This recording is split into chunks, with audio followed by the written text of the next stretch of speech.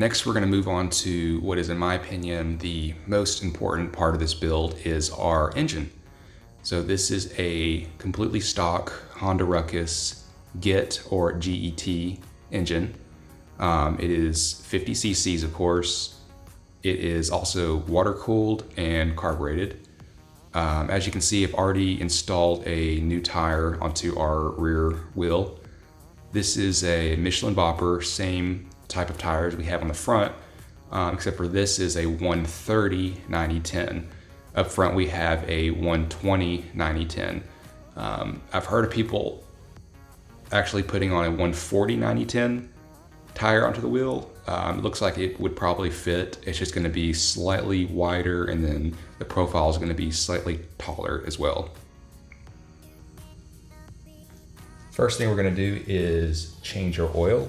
So in order to do so, you're going to need a 17mm socket, and you're going to insert that into this oil drain plug here.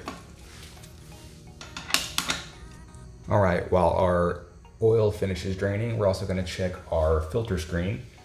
So that is a same 17mm socket here on this front plug.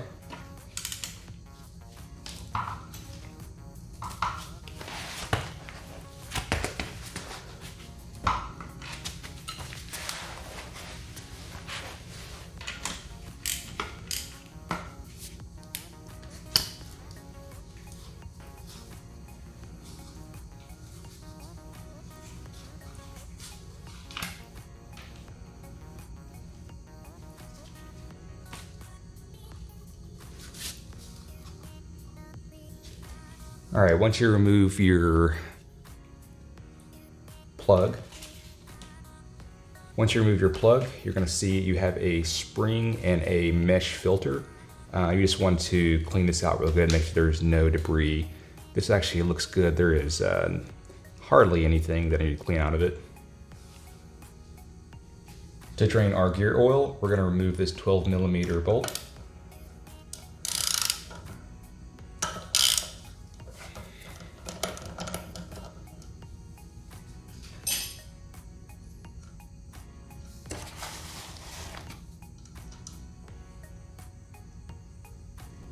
All right, once you've got all your gear oil drained, you're going to refill with 80W90.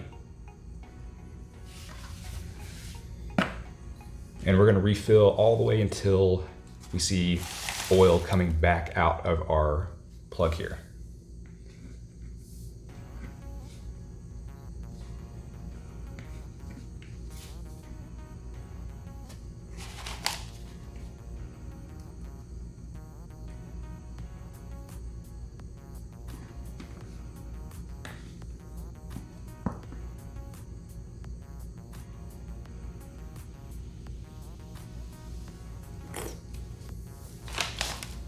Once we no longer see gear oil coming back out, we're going to reinstall our plug.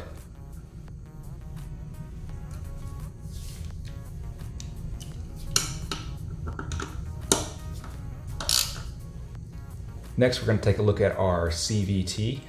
First thing we're going to install is our clutch. This is a stock Honda Ruckus clutch and bell housing. If you do have this apart, it is a good idea to go ahead and sand off your clutch. Same thing as we did with our brakes. Just take some 220 grit sandpaper and just remember to rub opposite of the way of travel. So we're actually going to go in or out, not around, as that is how it's going to go around in the bell housing. So insert bell housing onto the clutch and slide that right onto the shaft. Next, we need to install our variator. This is the stock variator and dry face here. As you can see, these are very worn. There's a lot of pitting. That's not dirt, that is actually pitting into the metal. So this variator is toast. We're gonna just get rid of that. The dry face is also very worn from the belt. You can see there's a big groove right here where the belt has just grinded down the metal. So that is also trash. Our roller weights, I believe these are 7 grams. These are just stock roller weights. I measured these on a 500 gram scale. They measured out at about 6 to 6.2 grams a piece. So that means we've lost from anywhere from 0.8 to 0.9 grams per roller. So we're gonna head and replace those as well.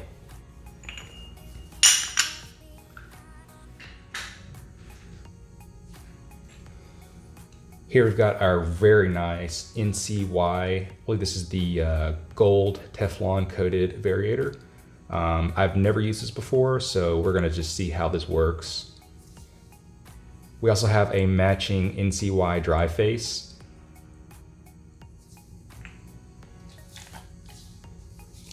Then we're gonna finish it off with some Dr. Pulley sliders. So these sliders, these are gonna replace your rollers. They can just give you a little bit more reach on your ratio here. So these are 5 grams. So did a little research. People have luck either between 4.5 to 6.5 gram sliders. I've heard that 5 is a good starting point. We may see that we're not hitting our top speed, but we're just gonna start with these and go from there. So first thing we're gonna do is insert our sliders into our variator. As you can see, if you do buy the Dr. Pulley sliders, you do have a little diagram here of how to insert them. So you're gonna insert the slope up, going up to the center of the variator here.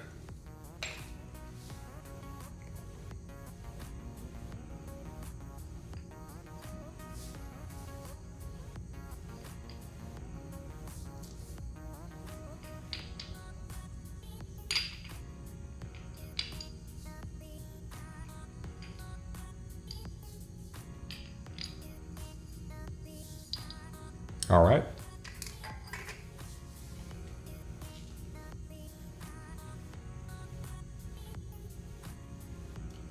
Next, we're going to install our backing plate. So this is actually the original. I should have probably bought a new one. There's a little bit of rust here, but function-wise, it's should be fine. I did go ahead and replace the guides here. Probably not necessary, but I figured they're plastic and they're probably going to get old and break eventually. So we're just going to insert that right on to our variator, just like that. Next, we're going to install a new CVT belt. So we're going to actually take our clutch right back off and make sure this belt is right down into the groove. You might need to take your belt housing off and just get a really good pull onto it. Get it really seated down into the groove there.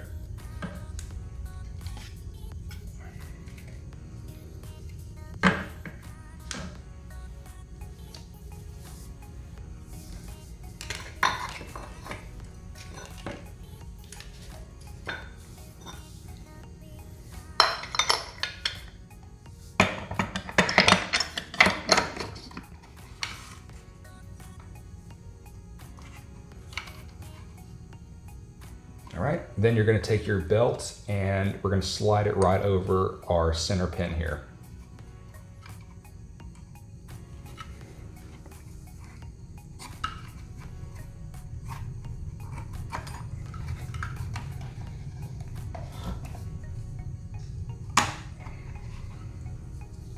Just like that.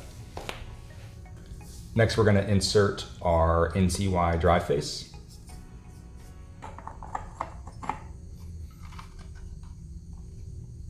Again, make sure your belt is really good inside your clutch. What we don't want to happen is when we tighten down our variator, we don't want the belt to get pinched.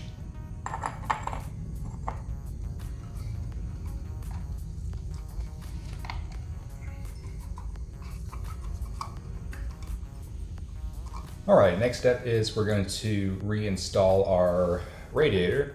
I removed this because it was completely clogged with some kind of gel. I guess the last person might have mixed 2 different kinds of coolant in there.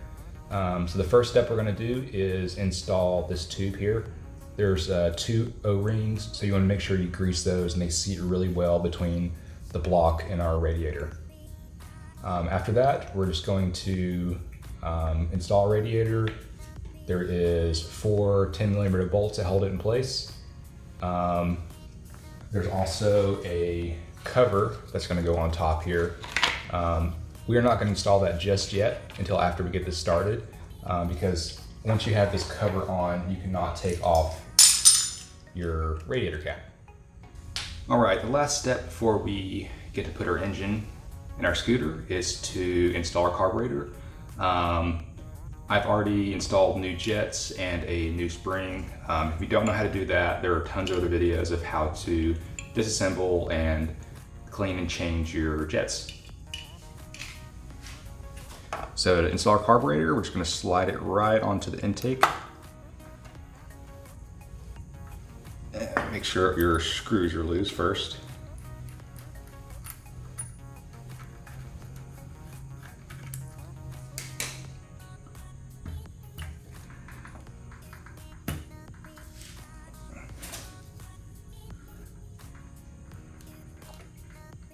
It is time to slide our engine in place. Little modification here. We are entering these engine mounts bushings. What these do, these just go on top of your regular bushings already in your frame to keep you a little bit more stable. You can pick these up at the ruck shop. Really not necessary, but I was just doing an order and figured, why not?